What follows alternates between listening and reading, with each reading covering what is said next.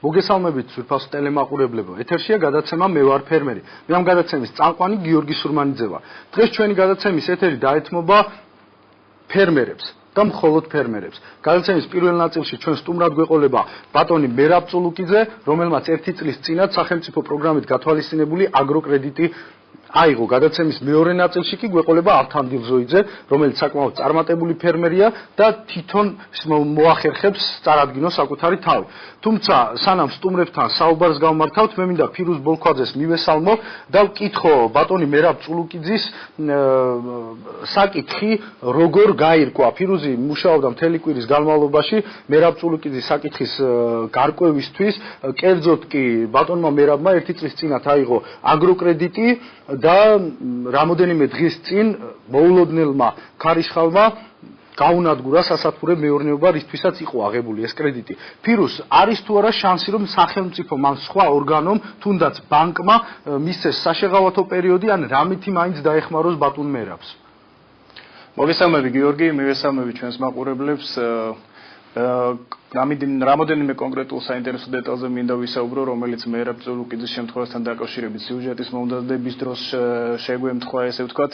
თავდაპირველად მინდა აღვნიშნო ის მომენტი, რომ მასალაზე მუშაობდა დროს გადამღები ჯგუფიც და როდესაც ისინი იმყოფებოდნენ ფერმერთან და მან ითხოვა დახმარება ადგილობრივი ხელისუფლების მხრიდან, დროს გადამღებმა ჯგუფმა კომენტარისთვის მიმართა აჭარის მთავრობას, თუმცა აჭარის მთავრობამ გადაამისამართა სოფლის მეურნეობის სამინისტროში, სადაც ჟურნალისტს არაოფიციალურად განუცხადეს, რომ მსგავსი პროგრამა, რომელიც ასეთ შემთხვევაში ფერმერის დახმარებას ითვალისწინებდა, არ არსებობდა, რის გამოც ისინი ვერ შეძლებდნენ ფერმერის დახმარებას. ამის შემდგომ მასალაზე მუშაობა გავაგრძელეთ ჩვენ, მე მქონდა მცდელობა დავკავშირებოდი როგორც სოფლის მეურნეობის პროექტების მართვის სააგენტოს, ასევე TBC ბანკს, რომელიც იყო, ესე ვთქვათ, ის ბანკი, რომელმაც დაუმტკიცა სესხი ბატონ მერაბ წულუკიძეს. შეძელი თუ არა კონტაქტის დამყარება ფირუზ? მქონდა საზოგადოებასთან ურთიერთობის სამსახურთან პირდაპირ სატელეფონო კავშირის დამყარების ცდელობა, თუმცა ოპერატორმა მითხრა, რომ იმ მომენტისთვის შეუძლებელი იყო საზოგადოებასთან ურთიერთობის სამსახურის წარმომადგენელთან გასაუბრება და მირჩია ჩვენი, ესე ვთქვათ, ინფორმაცია მიგვეწოდებინა ელექტრონული პოსტის საშუალებით და დავლოდებოდით პასუხს. მე ესე ვთქვათ, დავიცავი წესი და შევასრულე ეს ინსტრუქცია, თუმცა სამწუხაროდ ამ მომენტამდე ბანკისგან არც დადებითი და არც უარყოფითი პასუხი არ მიგვიღია, რაც მიანიშნებს ცალსახად იმაზე, რომ ბანკის წარმომადგენლებს სურვილი არ გაუჩნდათ ამ თემაზე ესაუბრათ. რაც შეეხება საქართველოს სოფლის მეურნეობის სამინისტროს სოფლის მეურნეობის პროექტების მართვის სააგენტოს, იქ განგვიცხადეს, რომ ეს არის კერძო პირსა და ბანკს შორის ურთიერთობა და შესაბამისად მათ არანაირი მექანიზმი არ აქვთ საიმისოდ, რომ ამ ურთიერთობაში ჩაერიონ. ანუ შენი საუბრიდან გამომდინარე, ამ ეტაპზე ბატონი მერაბი არის დარჩენილი ბანკის პირისპირ ყოველგვარი შეღავათებისა და დამხმარე პროექტების გარეშე. ნახოთ მასალა. მადლობ ფირუზ, არც თუ ისე იოლი სამუშაოს ჩატარებისთვის, ნახოთ სიუჟეტი.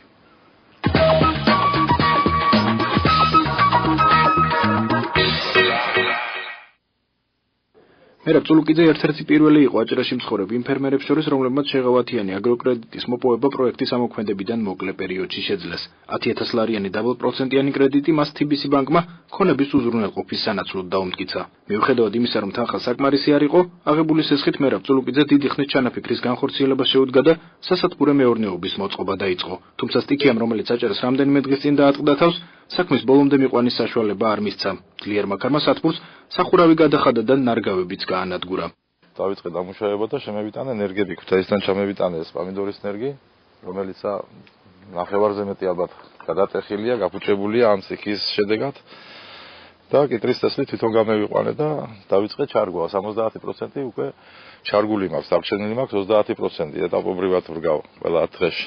თუ ეს სასწრაფოდ არ გადაეხურა და სასწრაფოდ არ მოგვარდა ეს მოვაგვარე ეს საკითხი, ცელოფნის საკითხი და ჭერის საკითხი, არაფერი არ მომცემ. ვერაფერს ვერ მივიღებ მე ამედან. მერაბ წულუკიძისთვის სტიქიის შედეგად მიყენებული ზიანი 1000 ლარს აღემატება. ფერმერი აცხადებს, რომ აღდგენითი სამუშაოებისთვის საჭირო თანხა არ გააჩნია და იმის გამო, რომ სათბური მისთვის შემოსავლის ერთადერთ წყაროდ უნდა ქცეულიყო, ცესხის დაფარვასაც ვერ შეძლებს. ასეთ შემთხვევაში მას სახელმწიფოს მხრიდან კრედიტის საპროცენტო განაკვეთის დაფარვისთვის განკუთვნილი დაფინანსების შეწყვეტა, საჯარიმო სანქციები და ქონების დაყადაღების საფრთხე ემუქრება. იმაზე, რომ შეღავათიანი აგროკრედიტის პირობები მკაცრი იყო, ფერმერი ცესხის მიღებისთანავე საუბრობდა და დარგის სპეციფიკის გათვალისწინებით ხელისუფლებას მეტი შეღავათების დაწესებას თხოვდა. ვინაიდან აგროკრედიტის გაცემის წესში არანაირი ცვლილება არ მომხდარა, მერაბ წულუკიძე ახლა ხელისუფლებისგან დახმარებას ითხოვს. ღებულობს ცესხს და პირველი თვიდანვე იწყება ძირი თანხის დაფარვაც და პროცენტიც ეს სოფლის მეურნეობაში სანამ პროდუქციას არ მიიღებ ალბათ ამისი დაფარვა და გაკეთება გაჭირდება რა. ამას ვთხოვდი რომ ეს დაიხვეწოს ეს რამენაირად 3-4 თვე მაინც შეღავათიანი იყოს და შემდგომ უკვე გაიწეროს ის რაც ასაფარია ძირი ფული და პროცენტი. სტიქიის შედეგად მიყენებული ზიანის აღმოფხვრაში მთავრობას დახმარებას თხოვს მერაბ წულუკიძის ძმაც. თენგიზ წულუკიძის თქმით, ოჯახი ქონების დაკარგვის საფრთხის წინაშე დგას, რაც ადგილობრივმა ხელისუფლებამ აუცილებლად უნდა გაითვალისწინოს. ჩვენი მოთხოვნა და თხოვნა ისა, რომ თუ კი მთავრობა დაეხმარება აღდგენაში, მოსავლის შემდეგ განვითარებაში, თუ კი იქნება დახმარება და გვერდით გომა, კარგი იქნება. გაუწევს თუ არა მერაბ წულუკიძეს ხელისუფლება დახმარებას უცნობია, თუმცა ფაქტი, რომ იგი ოჯახთან ერთად ღიაცის ქვეშ დარჩენის საფრთხის წინაშე დგას, ფაქტად რჩება, რომელიც უარეს შემთხვევაში შესაძლოა მწარე რეალობად იქცეს.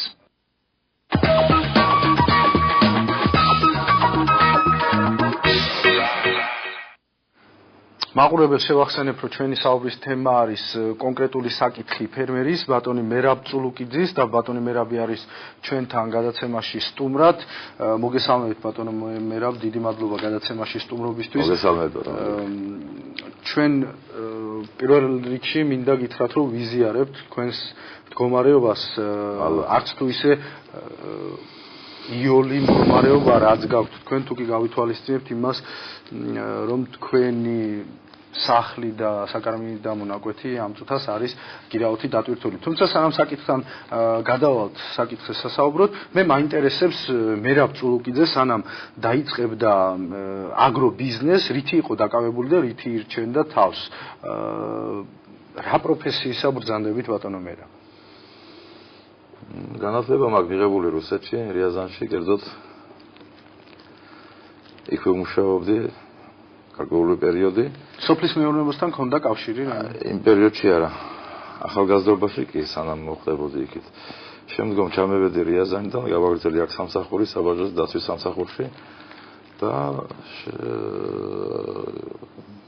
ხელისუფლების ცვლილების დროს, ასამბლეაში ხელისუფლების ცვლილების დროს გავუხდა ის სამსახური, ჩვენ მუშაობდით და შემდგომ ვარ მუშავარი. ბოლო წლებში, ანუ ეს ძალიან ისეთი პოპულარული გამონათქვამია 9 წლის განმავლობაში, ანუ მე ვგულისხმობ ხელისუფლების შეცვლის შემდეგ 2004 წელს, ანუ დღემდე თქვენ უმუშევარი იყავით შემოსავალი საიდან? ცოტა ხანი ვიმუშავე კერძო სტრუქტურაში და შემდგომ 6-7 წელია უმუშევარი ვარ. თუ ხერხული შეკითხვა არ ჩამითვლით, რითი ირჩენდით თავს ოჯახი?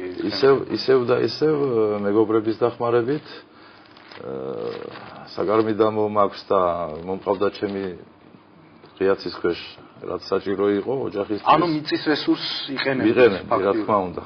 4000 კვადრატული მეტრი მიწის ნაკვეთი მაქვს, ჩემი საგარმიდამო, სახლი, ჩემი და იმ საშუალებით ოჯახის წევრები ბატონო მერაბ? ვიჩერდით. ოჯახის წევრები მყავს ქალიშვილი და 2 ვაჟი. ქალიშვილი სწავლობს კავკასიის უნივერსიტეტში. ვაჟი სპორტსმენია, ორთავე ვაჟი სპორტსმენია, ერთი 19 წლისა, წარმატებული სპორტსმენია, მეორე 10 წლის საისით სპორტსმენია, კერძოდ ციგდოსში დაობა. ძალიან კარგი ბატონო მერაბ, არ ფიქრობ რომ მაყურებელი არასწორად გაგვიგებს, მე მაინტერესებდა ბატონი მერაბ წულუკიძე როგორი ცხოვრებით ცხოვრობს და რამ გადააწყვეტინა, რომ ფერმერული მეურნეობა უნდა განევითარებია და რატომ გადაწყვიტეთ რომ სათფური უნდა გაგეკეთებინათ, ანუ რამ გადაგაწყვეტინათ? როგორი ცხოვრებით ცხოვრობ, პატიოსანი ადამიანის ცხოვრებით ცხოვრობ და ჩვეულებრივი ადამიანი ვარ. გადამაწყვეტინა, რა თქმა უნდა, ამ უმუშევრობამ გადამაწყვეტინა. ანუ რატო გადაწყვიტეთ მაინც-ამაინც აგრობიზნესი? სხვა საშუალება არ იყო. გახმაურდა ეს პროექტი, თქვენ კარგად იცით, შეღავათიანი აგროცეცხი, ვესწრებოდი მთავრობის თავმჯდომარის გამოსვლას უნივერსიტეტში, თქვენც იყავით მეგონი მაშინ იქ. იმ პერიოდში, როცა ეს საბანკო სექტორი ყავდა. დიახ და არასასიამოვნო შეკითხვაც იყო, მე მგონი ჩემსგან დასმული, რატომღაც. კი, სპათაშვილის. თუმცა ვერ გავიგე რატომ იყო არასასიამოვნო. თქვენგან არასასიამოვნო, იმიტომ რომ ბანკი ვერ ღებულობდა ვერანაირ ვალდებულებას და არც ერთ ბანკირს იქ კომენტარი არ გაუკეთებია, მე მგონი გარდა ბანკი კრედო არა. პროკრედიტის გარდა, ხო, დიახ. დანარჩენმა არც ერთმა კომენტარი არ გააკეთა, იმიტომ რომ ვერ იღებდნენ თავზე ამ რისკს. ანუ თქვენ ფაქტიურად გაპიარებული აგროკრედიტის შემდეგ გადაწყვიტეთ, რომ იგემართათ?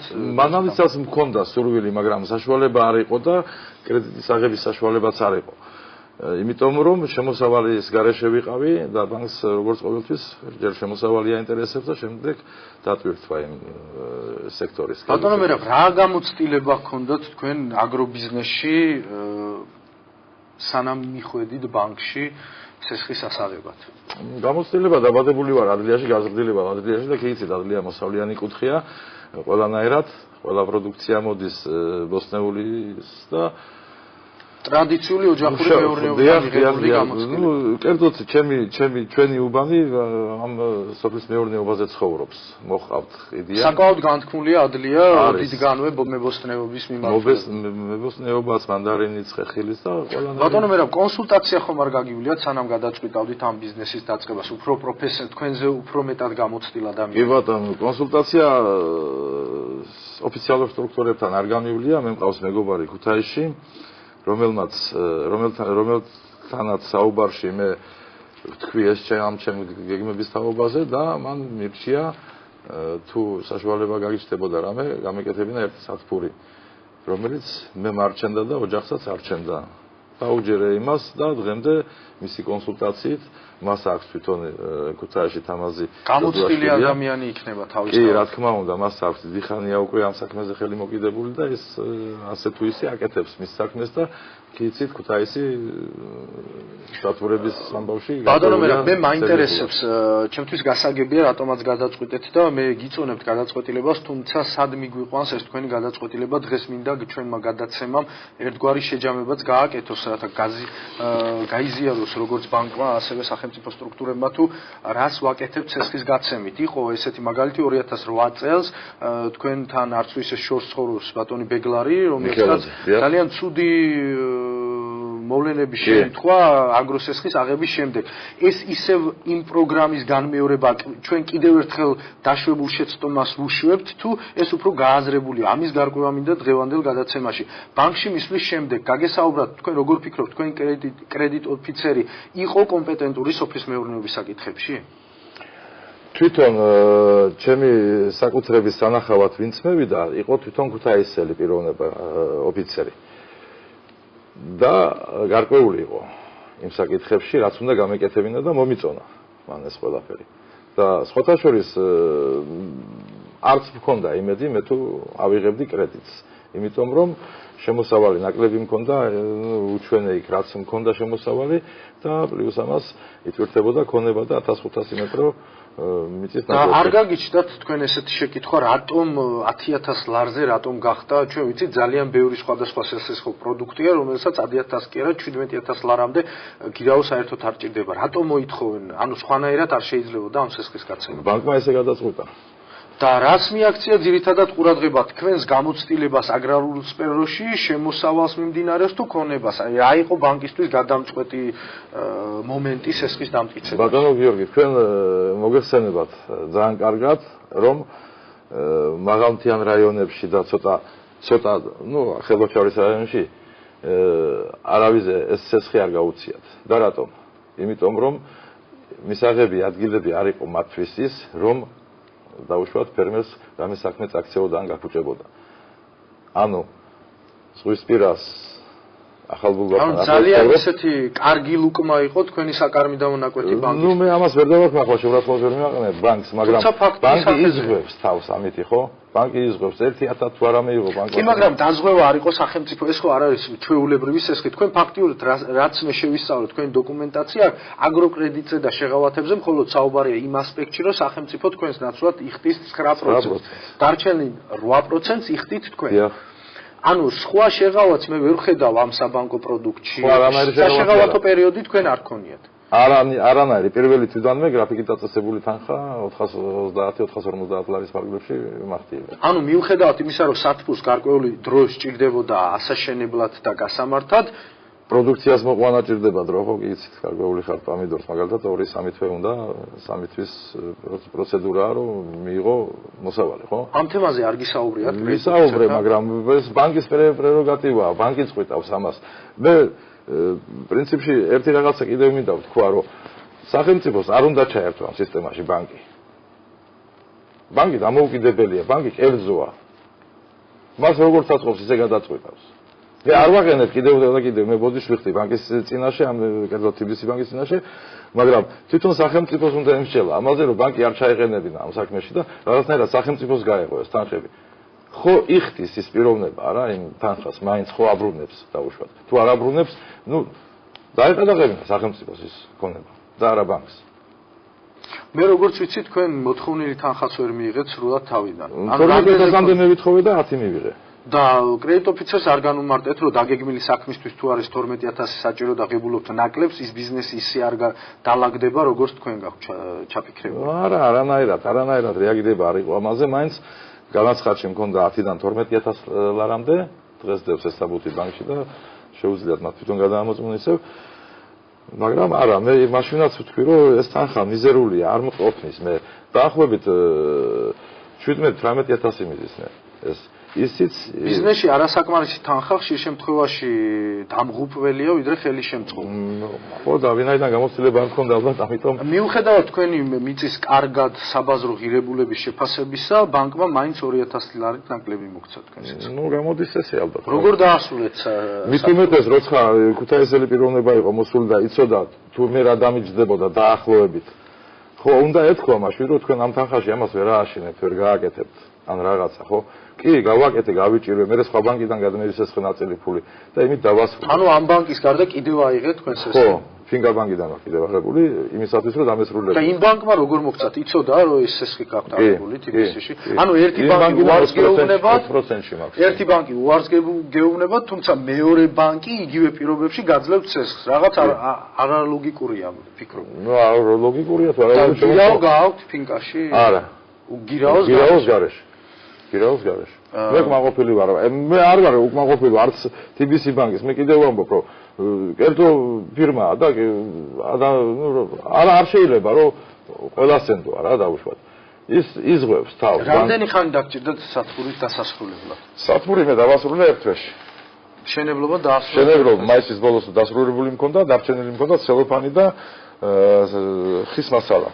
1-4 კუბომეტრამდე ხის მასალა, მაგრამ ვერ შევიძინე ეს და გამიჭიანურდა წლის ბოლომდე. და ესაუბრეთ ახლა ბანკს ან სხვა ორგანოებს? სატელეფონო საუბარი მქონდა ბანკთან და ბანკმა არანაირი ჩვენ არც ბაზღვევა, არც გარანტიები, არანაირი ჩვენ თუ სესხი მოგეცით შემოსავლებზე თქვენ ნაჩვენებიდან გამომდინარე და ის რაც ჩადებულია ბანკში იმის ხარჯს.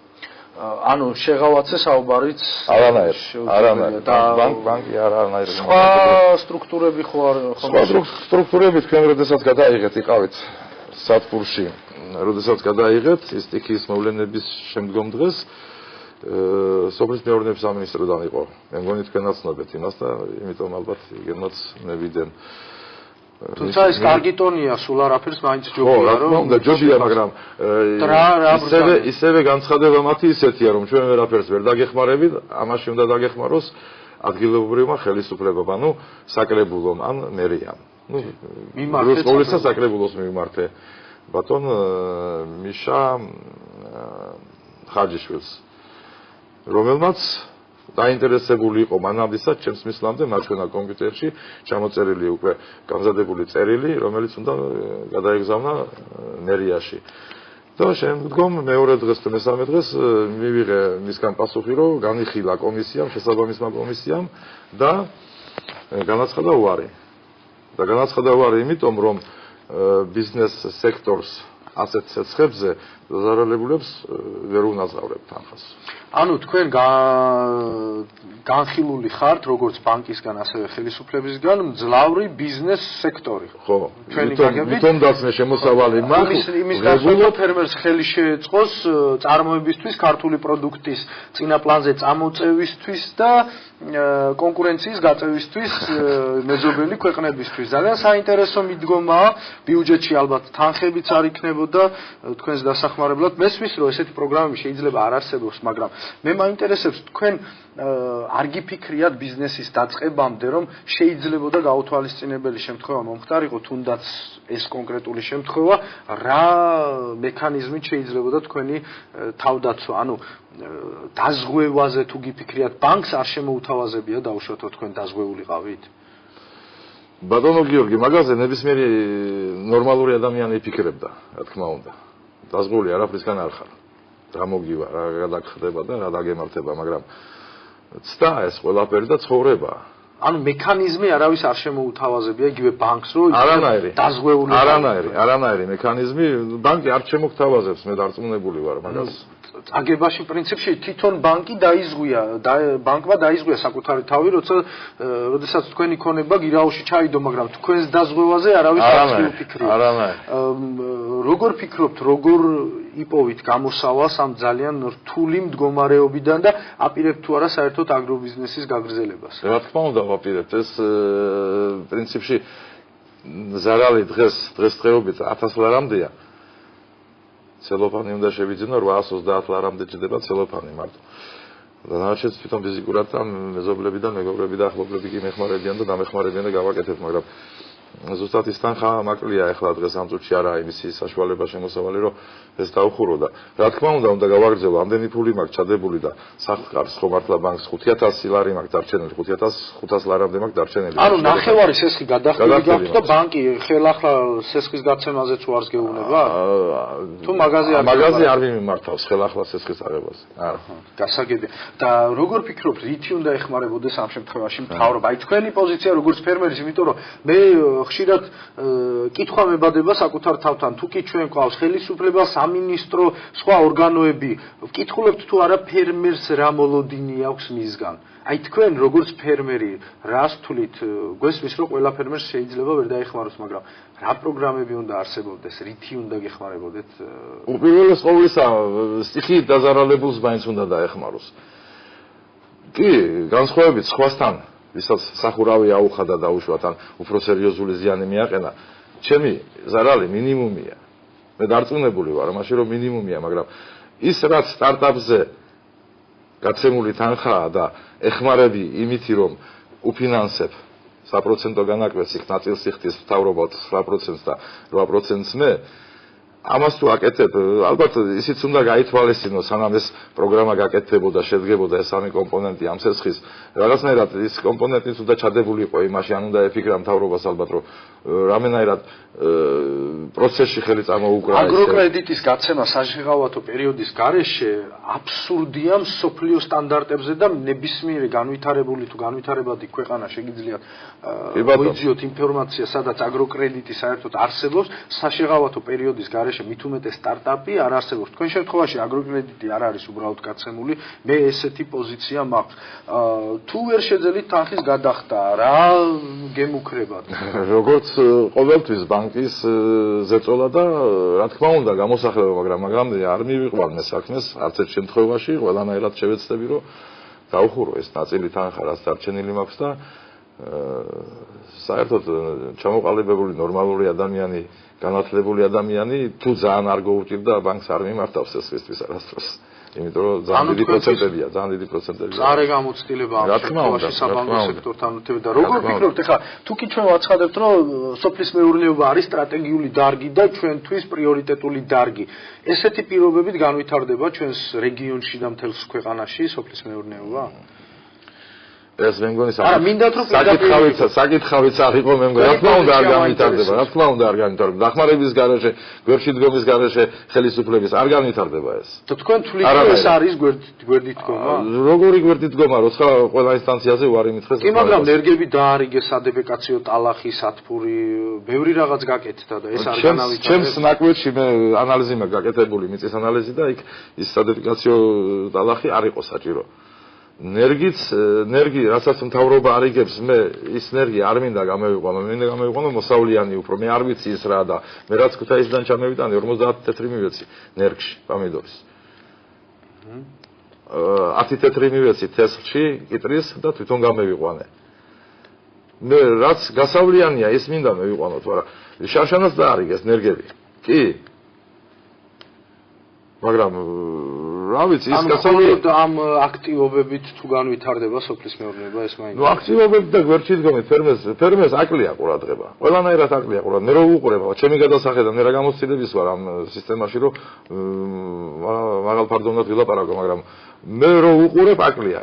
ფერმერს აკლია ყურადღება, აკლია გვერდში დგომა, აკლია ყველანაირი, რა ვიცი, აბა სისტემური მიდგომა. სისტემური მიდგომა აკლია. კონკრეტულად სოფლის მეურნეობის ლუკიძეს რო ვერავინ ვერ დაეხმარება ზოგადად ვიძახი და ყველა ფერმერს, ეხო ფაქტია, მაგრამ რაღაც სისტემური მიდგომა უნდა იყოს დარგის განვითარება. რაღაცნაირი მიდგომა უნდა იყოს ყველა, არა მარტო მერაბ ლუკიძესთვის. ყველასათვის, ვინც მუშაობს, ვინც მით უმეტეს სტარტაპზეა, დამწყებია ვინც. ასე არა? ბატონო მერაბ, მე მინდა დიდი მადლობა გადაგიხადოთ გადაცემაში მოსვლისთვის და თქვენი გამოცდილების გაზიარებისთვის. მე ვიცი, რომ ფერმერისთვის არ არის ადვილი სატელევიზიო სიუცეში წარმორჩინება, თქვენთვის უკეთესია ასპარეზი თქვენს ნაკვეთზე სათბურში. დიახ, თუმცა აი გულწრფელად გითანაგრძნობთ და გპირდებით, რომ ჩვენ მაინც გავაგრძელებთ და შევეწყდებით საბანკო სექტორთანაც და ხელისუფლებასთანაც. ერთი კომენტარი თუ შეიძლება. დიახ, ბრძანეთ. სხვათა შორის მე პირველად ვარ სტუდიაში საერთოდ და ნაკლებად ვეცდები რომ მოვხდე კამერებში. მაგრამ თქვენ გადაცემისთვის მე ძალიან დიდი მადლიერი ვარ და არ ვიცი რა, ნებისმიერი ხანში შესული ადამიანი თუ შუახნის ადამიანი დაინტერესებული უნდა იყოს რომ უყუროს ამას და მე ვიცი რომ კიდევაც არიან დაინტერესებული. დიდი მადლობა ბატონო მერაბ, მაგრამ მე ამისათვის თქვენ დიდი მადლობა რომ სამადლობელო არაფერი ხართ ესეთი გულთან მიმტანი ნებისმიერი გაჭირვებული ადამიანის, ნებისმიერი ფერმერის იქნება თუ მიწათმოქმედი. ბატონო მერაბ, სამადლობელო არაფერია, ეს გადაცემა შეიქმნა ტელევიზიის მხრიდან ფერმერებისთვის და გადაცემასაც მე ვარ ფერმერი ქვია. მადლობა თქვენ რომ ცდილობთ რომ ქართული პროდუქტი შექმნათ და აწარმოოთ და იყოთ ეროვნული და პატრიოტი, გისურვებთ წარმატებებს და მე ვფიქრობ რომ ყველაფერი კარგად გექნება. ამით გადაცემის პირველი ნაწილი დასრულებულია. გადაცემის მეორე ნაწილში ჩვენ გვეყოლება ფერმერი ალთანდილ ზოიძე, რომელიც წარმოაჩენს საკუთარ ფერმერულ მეურნეობას. მანამდე კი ვნახოთ სიუჟეტი.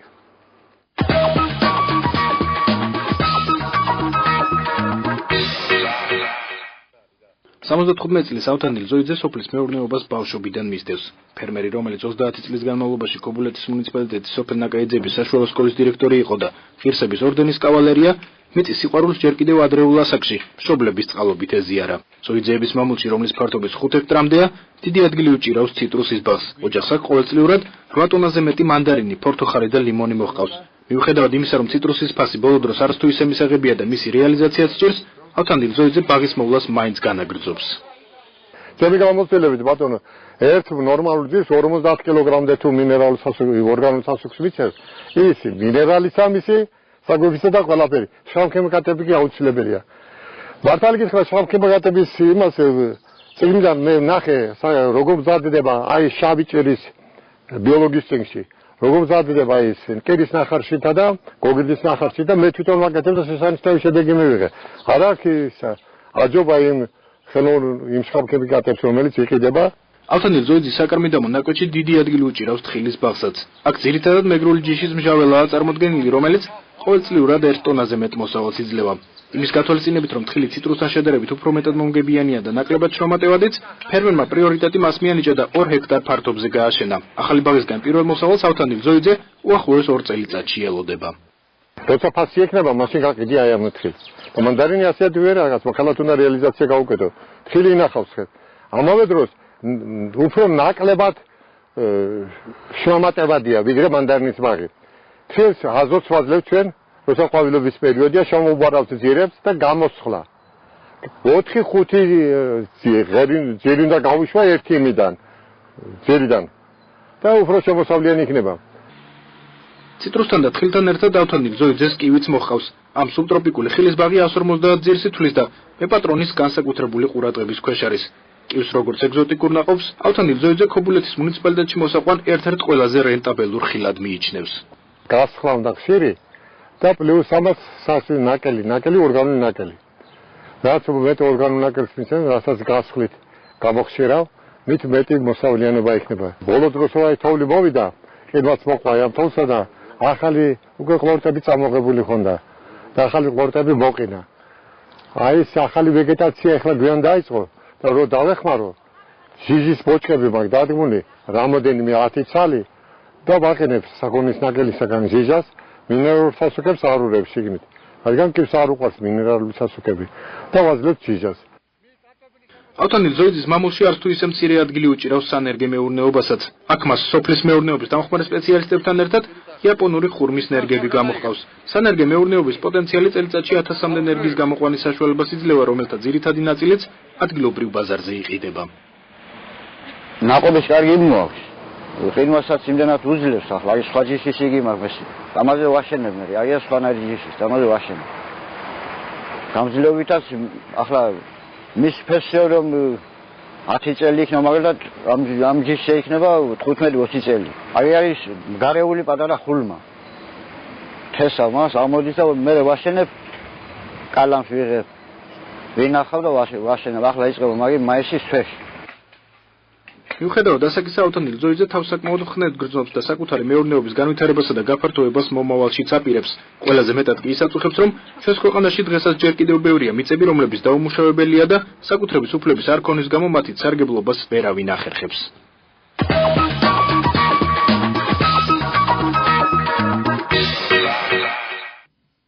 ბატონი ავთანდილ ზოიძე ჩვენი გადაცემის სტუმარია, ის აცხადებს რომ მე კვლავ 25 წლის ვარ და ვაპირებ სამომავლოდ ისევ ჩემი ფერმერული მეურნეობის აქტიურად განვითარებას. მოგესალმებით ბატონო ავთანდილ, დიდი მადლობა გადაცემაში სტუმრობისთვის. მოგესალმებით ბატონო გიორგი, მადლობა მოწვევისათვის და მე დავინტერესდი იმით რომ ის სოფლის ტკივილი, რაც სოფელს აწუხებს, ის ქვეყნის ტკივილია.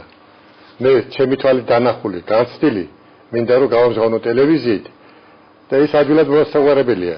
თუ ხელისუფლების ნება იქნება, ყველაფერი მოგვარებადია. ბატონო ავთანდილ, მე ვნახე თქვენი კადრებში თქვენი სოფლის მეურნეობა, სასოფლო სამეურნეო პროდუქტებიც ფირუზმა სიუჟეტში კარგად წარმოაჩინა, თუ რას ემსახურებით, გბაძავთ თუ არა თქვენი მეზობლები დავუშვათ ხურცუბანში, არის ეს დარგი პრიორიტეტული? მოსახლეობა თუ ემსახურება სოფლის მეურნეობას? მე მაქვს მრავალი დარგი. მაქვს ციტრუსის ცალკე პლუს ისა კივის მეურნეობა, თხილის მეურნეობა, ამავე დროს სანერგე მეურნეობა. და სამეზობლო თუ იგივეს აკეთებს? ახლა საქმე დრაშია, ფარკი არ ყოფნის სამეზობლოს ბევრს და ვისაც ყოფნის ფარკი ცხადი ეწევა თხილის გაშენებას და მიწის დაკვეთების პრობლემა დგანა. როგორ დგანა მიწის დაკვეთების პრობლემა? მიწა არსებული მიწები გამოუყენებელია. გამოუყენებელია ის გამო. გამოუყენებელია ის გამო, რომ რა ვიცი წინა ხელისუფლების უნიათო მოქმედებით ალბათ არ იქნა საკუთრებაში გადაცემული, იქნა გარკვეული რაღაც შეცდომები, ეს შეცდომები დაისაჯა ცხადია საკუთრების აღიარების კომისიის თავმჯდომარემ, მაგრამ გლეხმარასარგებელი მიიღო. არაფერი მიწა დარჩა ისევ აუთვისებელი. რა მიგვაჩნია? ჩემში ძალიან დიდი პრიორიტეტი გამოიწვია და დიდი კმაყოფილება და სოფელში პირადად აგრო სამრეწველო გაერთიანება, აგრომეურნეობის გაერთიანების ანუ კოოპერატივი შეიქმნა ბატონმა აზოტ ხილაშვილმა რო განაცხადა პრემიერთან შეხვედრის დროს და დააგანა საკითხი აი მიწის რეფორმის სრულყოფილად გატარების შესახებ ეს უშველის აი დაუმუშავებელი მიწებს და მიწა არ უნდა დარჩეს ერთი მტკაველის დაუმუშავებელი. ბატონმა ჩვენმა პრემიერმა ირაკლი ღარიბაშვილმა განაცხადა არც ერთი მტკაველი მიწა არ უნდა დარჩეს დაუმუშავებელი. მიწა უნდა შეგვინახოს სოფელიც, ქალაქის, შემომძანებული ტურისტის და როგორ უნდა მოხდეს ეს ყველაფერი ბატონო ავთანდილ? გადაეცეს დაუმუშავებელი მტკაველი კი არა, მე მინდა მივაწვინო ბატონი ირაკლი ღარიბაშვილს რომ ჰექტრობით დაუმუშავებელია. კი მედია უყურებს ჩვენს გადაცემას და გაიგებს. აი ხა ბატონო და აუცილებლად უნდა შეხედოს. ვით ეხლა სადაც რამდენ მე მიწის ნაკვეთს ფლობს 4.8 ჰექტარს. ორი ოჯახი ვართ ერთად, ფიქსირი ერთად. შვილი ჩემი მამუკა ალთანდილის ზოიძე 1995 წლიდან სარგებლობათა რეგისტრირებულია. და ამის საფუძველზე დაიმტკიცეთ ეს ნაკვეთი. დამტკიცებული მაქვს 2 ჰექტრამდე და 2 ჰექტარი დასამტკიცებელია. ეხლა რაში დასაქმე? ეს შემდეგ რის საფუძველზე დამტკიცეთ, როცა 2006 წლის 15 სექტემბრის დანებულება გამოვიდა, ეს ყველასთვის გასული ხელისუფლების პრეზიდენტის დანებულება ყველასთვის ცნობილი არ იყო კარგად გაცნობილი საკუთრების აღიარების კომისიის მიერ. ერთეულება ისარგებლეს. მხოლოდ 3000 კვადრატული მეტრი საჩუქრად იყო უსასრულოდ გადაესაბა ფერმერებს. ისიც ყველას არ გადაცემია. ბატონო ავთანს თქვენ რასაც გისმენთ, ანუ ჩვენი სოფლის მეურნეობის ყველაზე დიდი პრობლემა არის მიწის რეფორმა. მიწის რეფორმა არის. მიწა უნდა იქნას გამოყენებული პირველ რიგშივე. მე ჩემს ახლო მდებარე ჩემს სოფელში იმდენ დაუმუშავებელი მიწას ხედავ, რომ ეს რომ დაუმუშავო ჩვენ არ დაგჭირდება სხვა ქვეყნებიდან შემოძება. სხვა ხელშეწყობებს თუ გრძელდება, აი სახა თუ არა ცვლილებები ხელშეწყობები. არის ცვლილებები, ჩვენ ხალხი მადლიერი ახალი ხელისუფლების რომ ბატონი მოევლინა ქვეყანას ხელისუფალი ბატონი ბიზინა ივანიშვილის წყალობით, რომ ფერმერებს გასულ წელს 2013 და 2014 წელს 800.000 ფერმერს დაეხმარა. რითი? სასოფლო სამეურნეო ბარათებით. ამ ბარათით შეძლეს დამუშავება, დაახმნა, სასუქების შეძენა. შედეგი გამოიღო როგორ ფიქრობთ? შედეგი გამოიღო, დიახ, შედეგი გამოიღო სწორედ. კონკრეტულად თქვენ შემთხვევაში რა კონკრეტულად შედეგი გამოიღო, კონკრეტულად ჩემ შემთხვევაში გარკვეული ხარვეზები გაჩნდა. რაშიც? კუთვნილი რაც მე კუთვნოდა, ის ვერ მივიღე ის აგროსამ ბარათი. რატომ? 4.8 ჰექტარი მიწა მაქვს ფაქტურად სარგებლობაში და საკუთრებაში ერთად. ვაუჩერი ითვალისწინებს სარგებლობაში არსებულს და საკუთრებაში არსებული ფინანსებო და გასულ სალსაწყო. რატომ ვერ მიიღეთ? არ იყო გადაცემული სწორად. ბატონი ზურაბ ბაჟელიძის გულისხმერი კაცის მონდომებით დამატებით მეორე ეტაპზე მივიღე 0.7 ჰექტარი. დანარჩენი დარჩა კვლავ დაკარგული. როცა მიმართე ცხელ ხაზზე პასუხი მივიღე, რომ ადგილზე გაარკვეთო. მე ვფიქრობ, რომ შუაგოლებში კიდევ არიან ნარჩენი წინა ხელისუფლების ხალხი, რომელსაც არ უნდათ, რომ ამ ხელისუფლების კმაყოფილი იყვნენ. ალბათ აბა სხვანაირი ახსნა ვერ ვიპოვებ. ბატონო ავთანდილ, ალბათ ამაზე ფერმერი არ უნდა ფიქრობდეს სად რა გულში, ალბათ რაც უნდა მიიღოთ, რომ პრობლემა არის. მე მაინტერესებს ბატონი ავთანდილის შეფასება, აქვს თუ არა პერსპექტივა სოფლის მეურნეობის განვითარებას და რა პერსპექტივას სოფლის მეურნეობის განვითარებას პერსპექტივა რომ აქვს, ეს უდავო ფაქტია და უნდა განვითარდეს სოფლის მეურნეობა. სოფლის მეურნეობა უნდა შეიძლება ეკონომიკური სიძლიერე სოფლის მეურნეობაზე უნდა იყოს ძირითადი აქცენტი გადატანებული. საქართველოს ოდითგან გეორგია მიწათმოქმედებას ნიშნავს და თუ მიწას ვერ გამოვიყენებ და ჰექტარობით იქნება დაუმუშავებელი, რომელ ეკონომიკური სიძლიერეზე მაშინ რატო ვერ ვავითარებთ? ეს მესმის უკვე რაც მე გავიზარდე, ჩემი ასაკის ყველა თაობა მას მეუბნება, რომ ქართველი არის ხელისუფლების ნება, რომ სადაც არსებულ ადგილზე უნდა შეიქმნას კომისიები, რამოდენიმე რომელსაც გული შეესკივა და ესმის აი სოფლის სიკეთეზე რა სიკეთე შეუძლია სოფელმა მოიტანოს და ვის უნდა გადაიცეს მიწა ჩვენთან ანუ მიწის რეფორმის საკითხი პირველ რიგში მერე რეფორმირებული მიწები გაფორმებული აქვს გამოუყენებელი მიწა დაუმუშავებელი იგივე ბიუჯეტიდან ფულის მოპარვად მიმჩენია მე და როცა გატყევრებულია, ეგი რაღაც ნიშნავს. ეგი თვალთ ვარისი დანაშაულია. ამდენად მიწის რეფორმა პირველ რიგშივე გასატარებელი სოფლად. მიწის რეფორმა უშველი. სხვა რა პრობლემებს ადგება ფერმერი დღეს? რა პრობლემა მოსავლის მიღებული მოსავალი უნდა იქნეს რეალიზებული. გასაგებული უნდა იქნეს. ფერმერმა უნდა იცოდეს მოსავლის მიღებაზე, რომ მიიღოს რაც შეიძლება ხარისხიანი მოსავალი და გამსაგებელი სხვა უნდა იყოს. ციტრუსი გაყიდეთ წელს თქვენ როგორი მოსავალი ქონდა? ციტრუსი 8 ტონა ციტრუსი მქონდა. აი მე თვითონ ვამზადებ აი ამ წაბლებს, რომელიც მარტო ერთ დავადებას, ხოლო შიშავეს შველისა და სხვა 1000 რაც საკმაოდ გავრცელებულია. რაც საკმაოდ გავრცელებულია, მაგრამ სხვა დაავადებები აქ დაპეპლოა რაღაცა ამბები, ამას არა.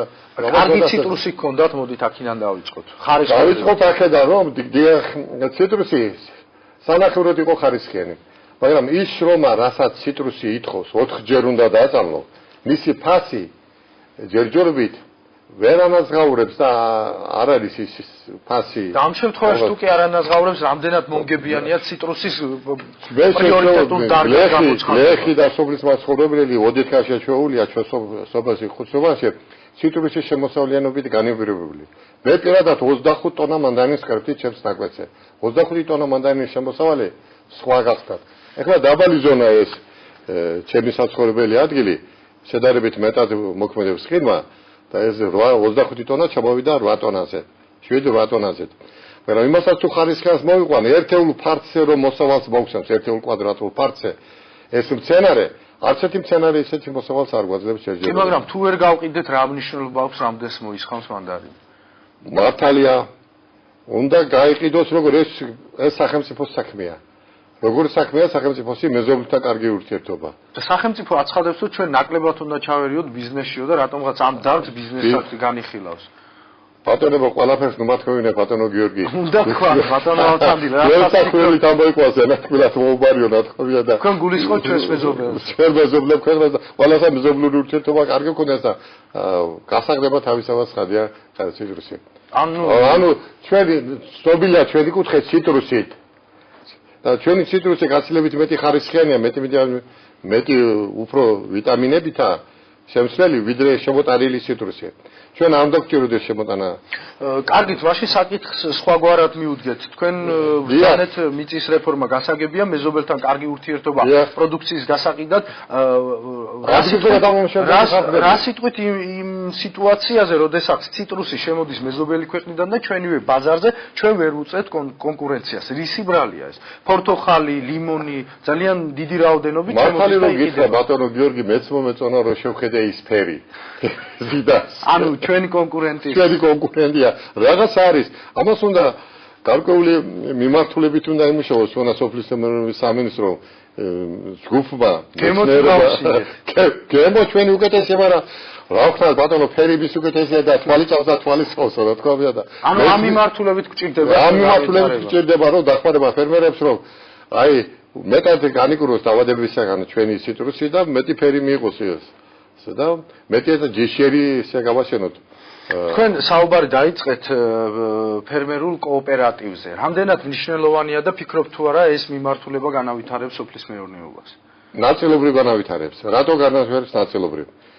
ფერმერული მეურნეობა ჩვენთან დაიწყო ჩამოყალიბება ხუთსუბნის საგრებულოში, თემის საგრებულოში. დაერთან და 200 კომლე. ეს 200 კომლის ხუთსუბანი ძალიან დიდი დასახლების ტერიტორია. ფართობი 1600 ოჯახის არის. არის მაღალმთიანი და გორაკები, შედარებით მაღალი ზონა, განსხვავებული რელიეფური მდებარეობა. ჩემ ზონაში ციტრუსი ნაკლებად ხარობს. ახლა მაღალ ფარდობზე ციტრუსი მეტად უფრო ხარობს. ეხლა სადა 200 კაცის აზრი ერთად შეთანხმებული რა ხეხილი გავაშენოთ რა ციტრუსი და სადაც 3 და 5 კაციანი ფერმერული ჯგუფი შექმნილი. ანუ თქვენ ფიქრობთ უფრო გაშავსებდა. დიახ, სად არის ამის დებულება რომ 3 და 5 კაციანი ფერმერული ჯგუფების შექმნისა, რომ შეიძლება შექმნას 3 და 5 კაციანი ფერმერული ჯგუფები, რომ ეს არსებობს რეალურად საკანონმდებლო დამტკიცებული. დამტკიცებული არის რეალურად ძალიან კარგი, მაგრამ ჩვენთვის უცნობია. ანუ თქვენ ფიქრობთ რომ უფრო მეტი პოპულარიზაცია უნდა მოხდეს? მეტი შემოსავალს მიიღებს, იმიტომ რომ ჩვენ მე და თქვენ ბატონო გიორგი უკეთ ვიცით რომ ჩვენ მცირე ნაკვეთზე რომელი კულტურა მოხსენს მეტ შემოსავალს. მე მიწის გადასახადი გადამახტევინე. მე შემოსავალს მივიღებ იქედან, მეც კმაყოფილი ვიქნები, სახელმწიფოსიც ფული შევა, ფერმერთა ფული ექნება ბიუჯეტში შეიტანს და სახელმწიფოს ეკონომიკაც წინ წაიწევს. და ეს იმაცა გას ბატონო გიორგი რომ ახლა გაგიგზავნა საუბარი რომ რაც უნდა დიდი მდინარე არ იყოს სათავეს წყაროთი იწყებს პატარათი გზადაგზე ედინება შენაკადები ერთობა და ზღვაში აბოქრებული მდინარე ჩადის ასევე იქნება ეს მცირედი ფერმერული მეურნეობები გააძლიერებს ჩვენს ბიუჯეტსაც ლეხით სულს მოითქვამს და ძლიერიც იქნებით 200 კომის და 500-ის გაერთიანება იმას აგავს რაც ძველი კოლმეურნეობის სტილი გახდა და მაგას შეაქცია რამდენად ეფექტური და რამდენად ეფექტური იქნება სხვა საკითხი და მაგას ზურგი შეაქცია თქვენი აზრით ახლა კონკრეტულად რა სფეროებში და რა მიმართულებით უნდა მოხდეს ძვრები და არა დაგვიანებული სახელმწიფოს მხრიდან ამ დარგში პირველ რიგშივე მიწის რეფორმა პირველი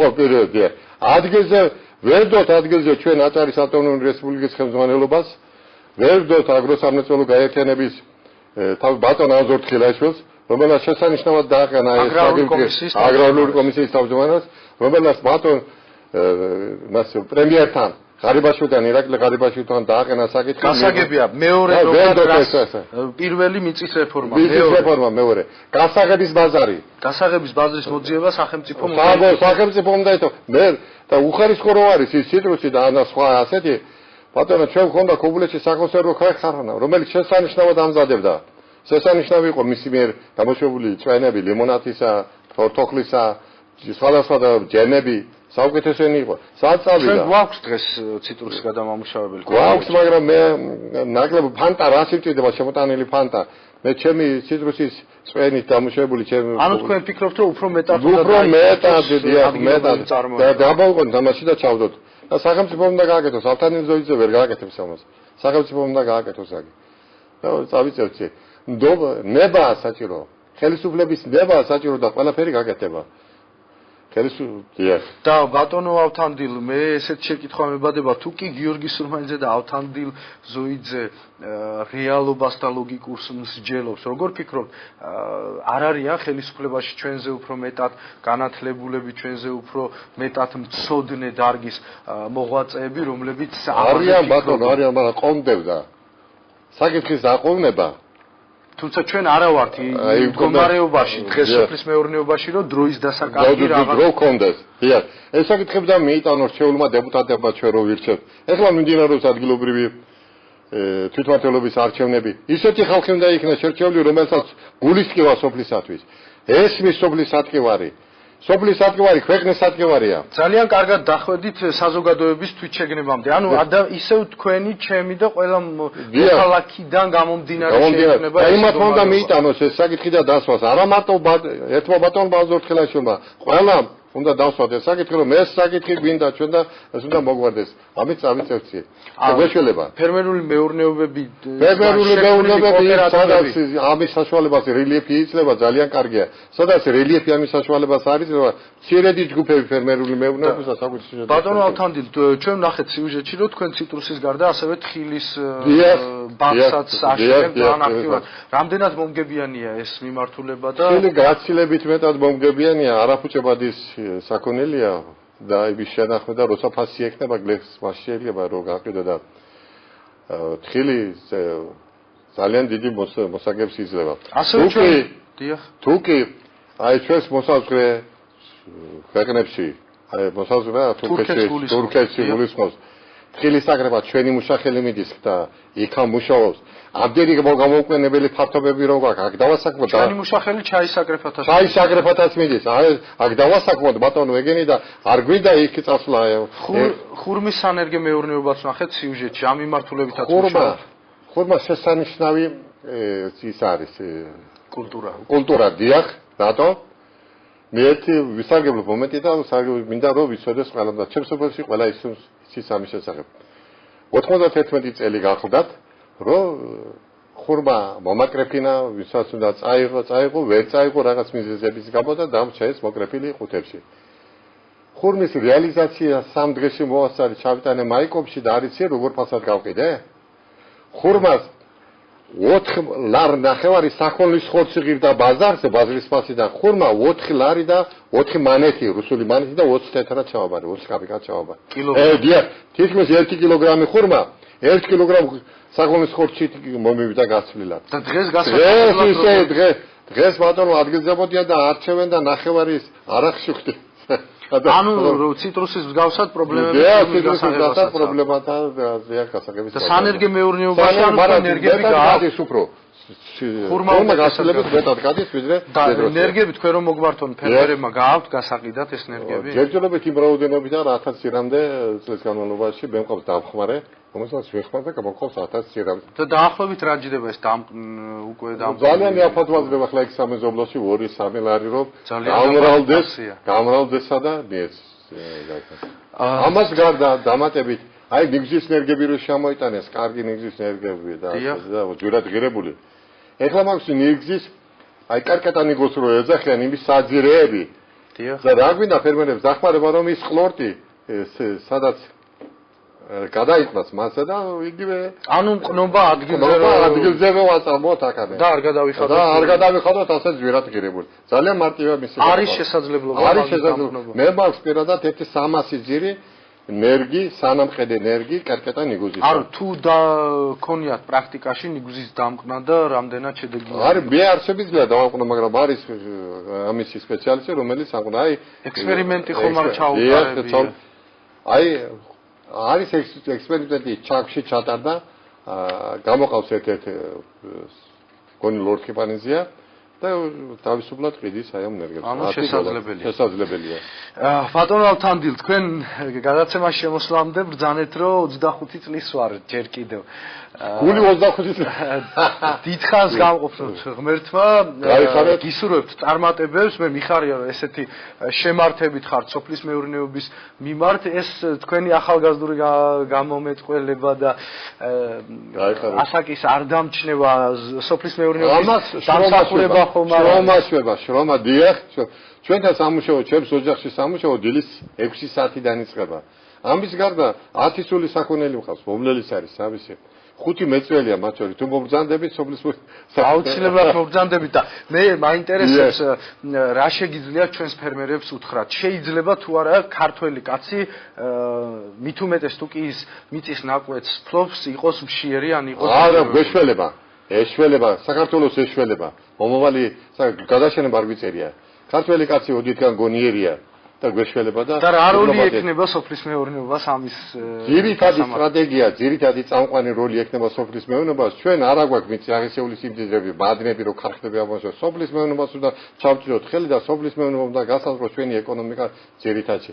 მე დიპლომატი არა ვარ, სხვა დარგის სპეციალისტი არა ვარ, მე ვარ პედაგოგი, მაგრამ 20 წლიდან, როცა 20 წელსა გავხდი, მას მერია სოფლის მეურნეობის აი ამ მაზედ ვარ შეყვარებული და აი ამ დარგით ვარ დაკავებული და დიდი მადლობა ბატონო ალთანდილ, გისურვებთ წარმატებებს თქვენი მეურნეობის უფრო მეტად გაფართოებას და მიღებული გამოცდილების მომავალი თაობების გაზიარებას. დიდი მადლობა გადაცემაში. ამით გადაცემა მე ვარ ფერმერი დასრულებულია. მე მომავალ ხუთშაბათამდე გემშვიდობებით, საუკეთესო სურვილებით. გაიხარეთ.